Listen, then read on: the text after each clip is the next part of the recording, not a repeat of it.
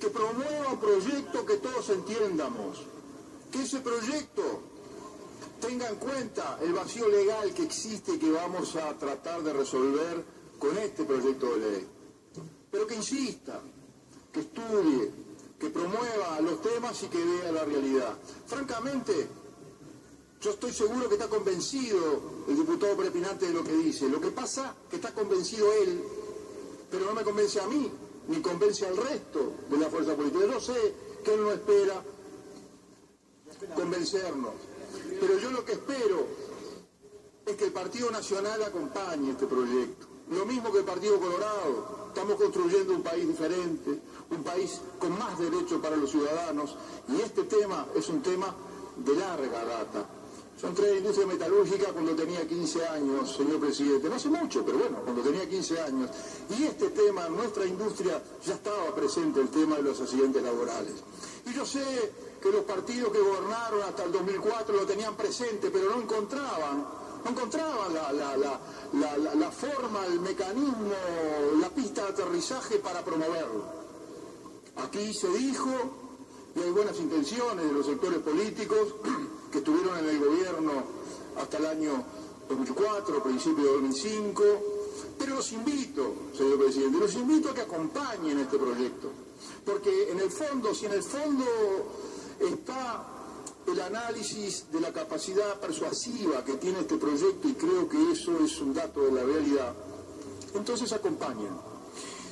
Pero, como dije recién, no espero convencerlo, señor presidente, a ninguno de los dos partidos que estuvieron en el gobierno, y también quiero decir, porque se hizo mención a ellos, la genial inteligencia de la clase obrera y del Zunca, que hoy está transmitiendo en vivo y en directo estas manifestaciones de cada uno de los sectores, a los efectos que los trabajadores y trabajadoras y ciudadanos en general, blancos, colorados, frente amplista, del Partido Independiente, vean, tomen el pulso de cómo se discute y cuáles son las distintas versiones, visiones que hay sobre este tema tan delicado. A esta altura de la noche, señor presidente, no solo porque he participado de esta reunión, sino por las reuniones anteriores de la comisión, ¿sabe qué? Quedé más convencido que nunca que este es un proyecto genial, que este es un proyecto necesario para la vida del país y que atiende una necesidad del sector más débil. Hablando de la Constitución protege al sector más débil en materia de relaciones laborales, y este proyecto va en consonancia precisamente con la Constitución de la República. Señor presidente, a lo largo de la comisión, a lo largo del debate, comisión que, como todas las comisiones de la Cámara de Representantes, recibe a toda la sociedad, lo que no me ha podido convencer ni los empresarios ni los partidos que estuvieron en el gobierno es que este proceso de discusión democrático que se dio y que llega teniendo justamente la atención a esos reclamos y a esas modificaciones, este proyecto final es un proyecto muy valioso. ¿Hay vacío legal o no hay vacío legal? Sí, hay vacío legal. ¿Alcanza lo que hay en el código o no alcanza? No, no alcanza lo que hay en el código. No alcanza lo que hay, porque la crónica roja sigue existiendo en Montevideo y en el interior, y es la mejor demostración, el dato de la realidad, que lo que hay no alcanza. Por lo tanto, señor presidente, creemos que es necesario abordar y cumplir entonces con ese vacío legal. Y se dio discusiones desde el año 2010, 2011 y en el último periodo.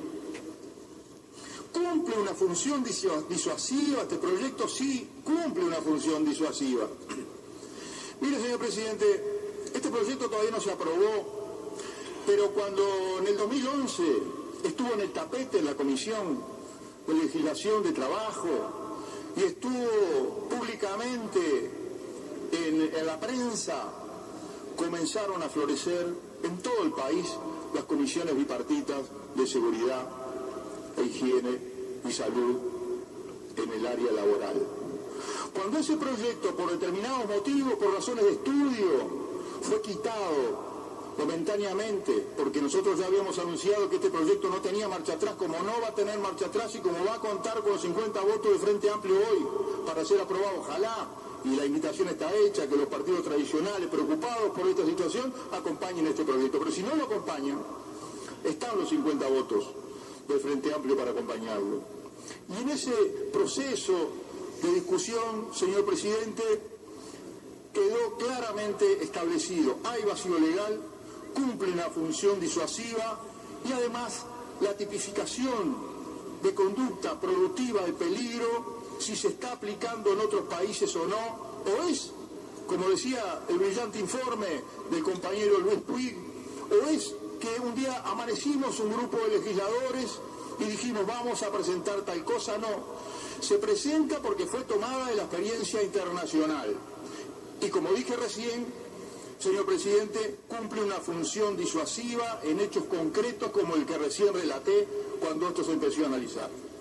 Señor presidente, aquí hay empresarios, por lo menos uno que yo conozco hace muchos años, que está en la barra y que ha estado y está preocupado por esto. Y saben una cosa, señor presidente, nosotros se lo dijimos a ese empresario cuando estuvo en la comisión. Este proyecto de ley de responsabilidad penal del empresario está dirigido a que no adoptaran los medios de resguardo y seguridad laboral previstos en la ley y su reglamento. Hacia ahí va dirigido. Y que además pongan en peligro grave y concreto la vida, la salud, la integración física del trabajador. Ahí va dirigido. No se trata que un día amanecimos con la bazuca en el hombro y dijimos vamos a cazar empresarios. Señor presidente, nada más lejano que eso. Y los señores empresarios que han estado escuchando el debate y que han estado presentes hoy saben que esa es la orientación que tiene este proyecto, por lo que dije recién en el primer párrafo de la ley, y porque además también se trata, señor presidente, de adelantarse al daño. Por eso el vacío legal. Por eso el vacío legal. En la perspectiva de sanción penal persuasiva, el derecho penal debe evitar llegar tarde, es decir, cuando la muerte o la incapacidad por accidente ya ocurrieron. Ese es el concepto de este proyecto de ley, lo que se ha estado analizando desde 2010 hasta ahora. Y estamos convencidos que este es el camino, que este es el proyecto, y que además va dirigido justamente al sector empresarial que mencioné recién.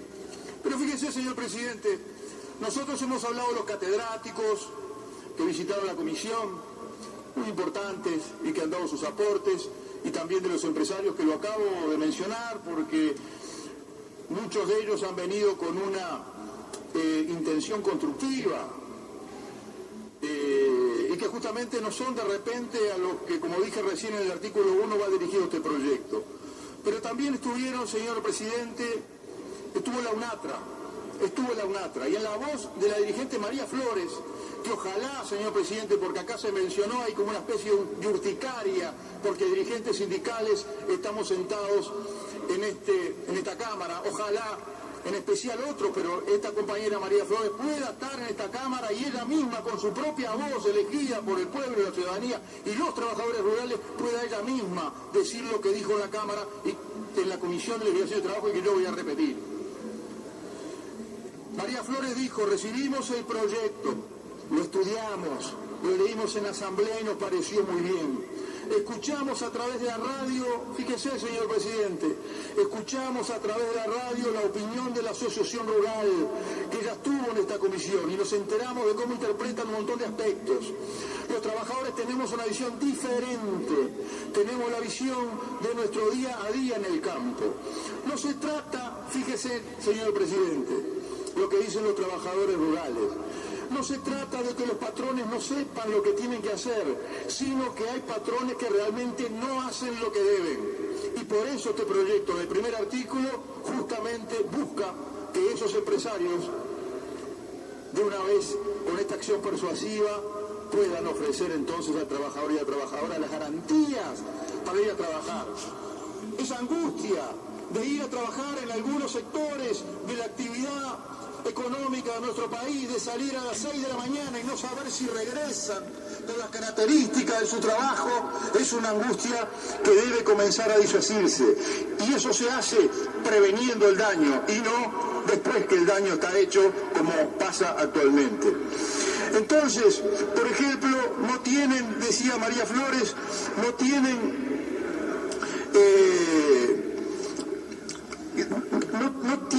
técnico prevencionista dentro del establecimiento rural, no se revisan los tractores en el caso de los tambos, no se revisa la maquinaria de cadena si estamos expuestos a que las vacas puedan patearnos, no hay bomberitos, no hay botiquines a la vista. Esto ha pasado en reiteradas oportunidades.